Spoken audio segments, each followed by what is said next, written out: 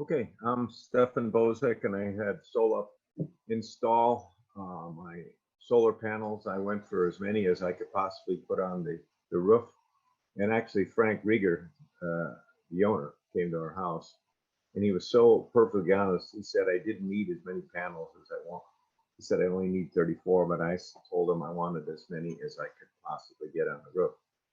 And I was talking about getting the Tesla battery package, but he said, you know, why don't you see how it goes first to see if you really need the battery package? I can't, I just, his honesty is so incredible.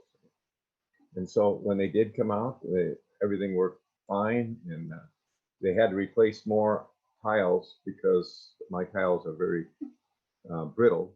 And he bought a whole square, and actually I ended up re-roofing my roof because of solar, and it was all nothing but good things happened. And also I had some trouble with the TR, and they replaced that. Immediate notice if I have any problem with the transformer rectifier. It transforms DC to AC so I can use it.